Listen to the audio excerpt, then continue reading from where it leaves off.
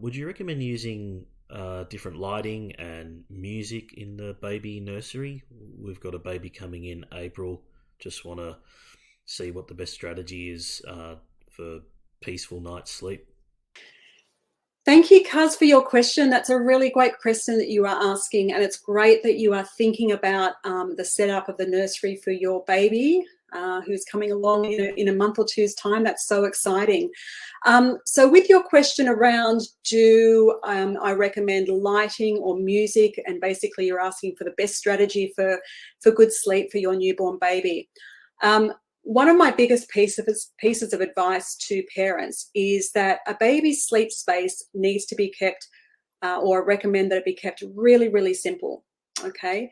Your new baby, when he or she comes along, has very basic needs around sleep, and the sleep environment is really important part of that, because we need to make sure that their sleep environment is conducive to sleep and is set up right for them. Now, babies don't need, despite what the manufacturers of these, noise machines and music machines and, red lights, etc., will tell you, babies don't need any of those items as part of their sleep space. In fact, those items can be very interruptive to sleep cycles. I mean, two of the things that you wouldn't generally introduce into a sleep environment would be light and noise.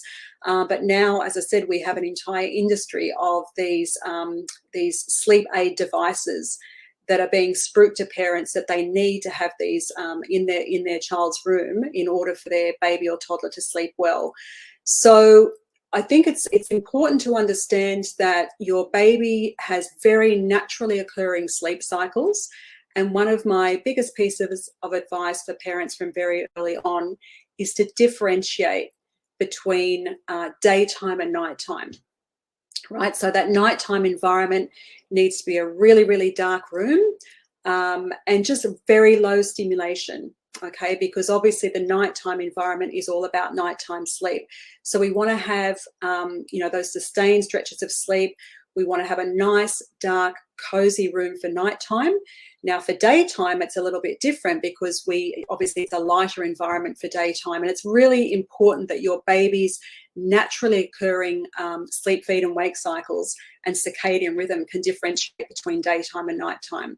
So from a nighttime perspective, I don't advise having night lights or noise, sound machines, music, those sorts of things, because as I said, they can be quite interruptive to that natural process of sleep. So what I would advise for your new baby's nursery is a nice dark cozy room, a bassinet or cot, and that's pretty much it. It's fine if you want to sort of decorate the room, no problems with that at all, but you really don't need to add anything else into that equation, okay?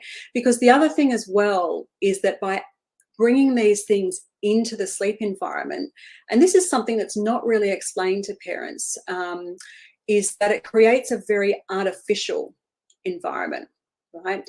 And we want to make sure that we're keeping our babies' sleep environments natural, a natural sleep environment. And the most natural sleep environment for nighttime for your baby is that nice, dark, cozy room. So certainly, Cuz, my advice is don't worry about the white noise. Don't worry about the red lights. Don't worry about any of those gadgets because they're simply not needed. What I would focus on is setting up the room in a really, really simple way. As I said, it doesn't matter if you use a bassinet or a cot from day one, whatever your preference is.